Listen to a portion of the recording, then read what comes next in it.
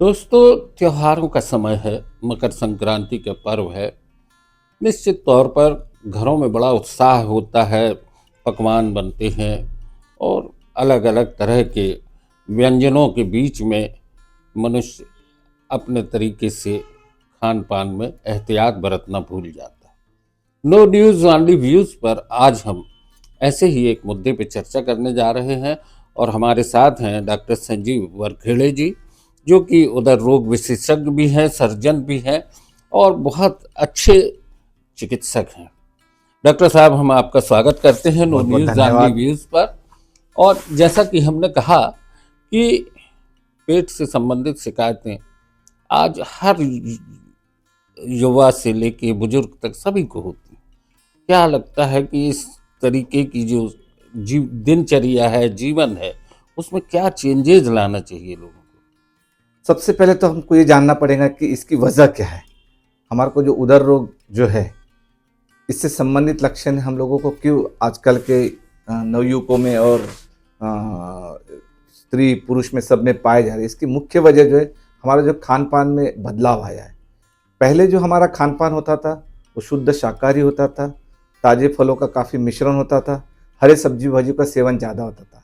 लेकिन आज के अगर परिप्रेक्ष्य में देखा जाए, आज के युग में देखा जाए, तो हमारे खान पान में ज़्यादातर हमारे बेकरी प्रोडक्ट्स, जो मैदे से बने वाले प्रोडक्ट है, वो ज़्यादा बनने लग गए।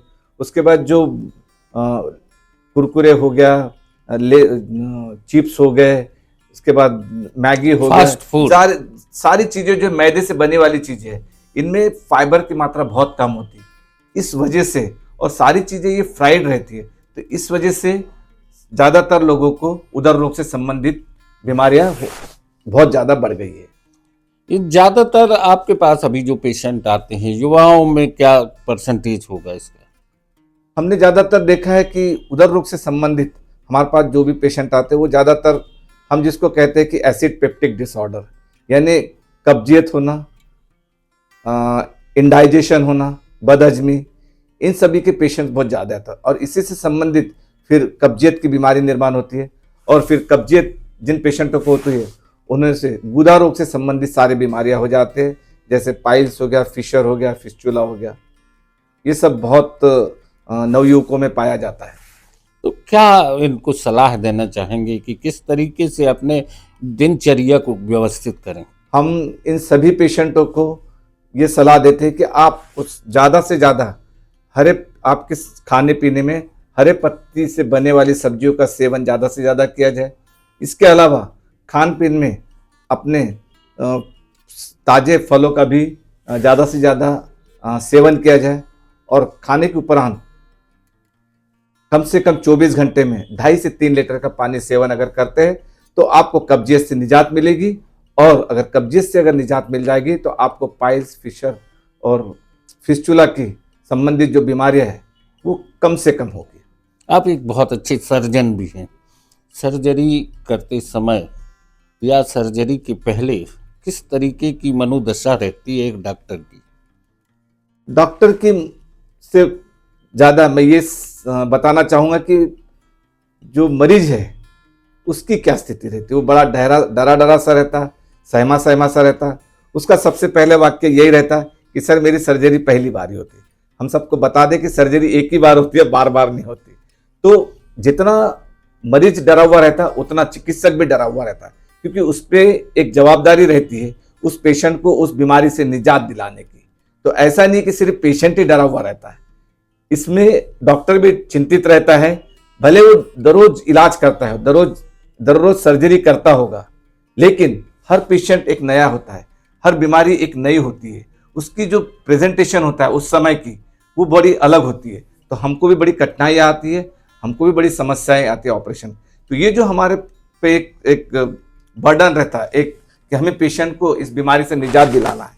तो ऐसा नहीं कि पेशेंट ही चिंतित रहता, डॉक्टर भी उतना ही चिंतित रहता है, क्योंकि उससे पेशेंट को उस बीमारी से उसको निजात दिलाना होता है। तो हम लोग भी बहुत टेंशन में रहते हैं जब तक उसका यशस्वी रूप से उसका निराकरण नहीं हो जाता। हाँ, सफल नहीं हो जाता जी। आप शॉर्ट में कहे तो अगर जब तक उसका ऑपरेशन सफल नहीं हो जाता, जब तक हमें अच्छे रिजल्ट नहीं आने लगते, तब तक हमें भी टेंशन रहता एक महीने तक टेंशन मरीज को भी रहता है, एक महीने तक उस डॉक्टर को भी डर रहता है कि हमारा मरीज ठीक हुआ कि नहीं। सर्जरी के बाद उसके लिए जिस तरीके से क्या कहना चाहिए, एक तरीके से ऑपरेशन के बाद का जो एहतियात होती हैं उनको, उसका पालन करने के लिए आपको उससे लगातार पेशेंट से बात करते रहते होंगे। ज़्यादातर हम लोग तो जितने मरीजों का ऑपरेशन होता है उनको हम लोग एक डाइट चार्ट प्रोवाइड कर देते हैं। उस डाइट चार्ट में सब कुछ लिखा होता है कि उसको क्या लेना है, क्या नहीं लेना है। उदाहरण के तौर पे जैसे हम लोग सभी को बताते हैं कि ज़्यादा से ज़्यादा हरी सब्जी भाजी का सेवन ज़्यादा करना है, ज़्यादा से ज़्यादा ताज़े फलों का सेवन ज़्यादा करना है, कम से कम 2 से 2.5 लीटर पानी आपको पूरे 24 घंटे में लेना है, जितना रेड मीट है और फिश है इससे परहेज करना है, दारू का सेवन नहीं करना है, सिगरेट स्मोकिंग बंद करना है, ज़्यादा से ज़्यादा टाइट कपड़े नहीं पहनना है, मुलायम सतह पे बैठना है। तो ये सारे जो चीज़ें हैं हम पेशेंट को बता देते हैं और साथों साथ हम एक चार्ट भी उनको दे देते हैं, जिससे जो हमने समझा है, जो कुछ वो नहीं समझ पाते या उस समय नहीं सुन पाते डर की वजह से, तो घर जाके वो पूरा डाइट चार्ट पढ़ लेंगे और उससे भी वो बहुत कुछ सीख सकते हैं। और आखिरी सवाल है कि पेशेंट में महिला और पुरुष, ये जिस तरीके की बीमारियां हैं, इसमें महिलाओं का परसेंटेज और पुरुषों का क्या हो? इसमें लगभग बहुत ज़्यादा अंतर नहीं होता। गुदा रोग से संबंधित जो बीमारियां हैं या उदर रोग से संबंधित जो भी बीमारियां हैं उसमें बहुत ज़्यादा डिफरेंस नहीं, मेल टू फीमेल रेशियो ऐसा बहुत ज़्यादा डिफरेंस नहीं है। अच्छा, वजन या मोटापे के कारण भी कुछ इस तरीके की?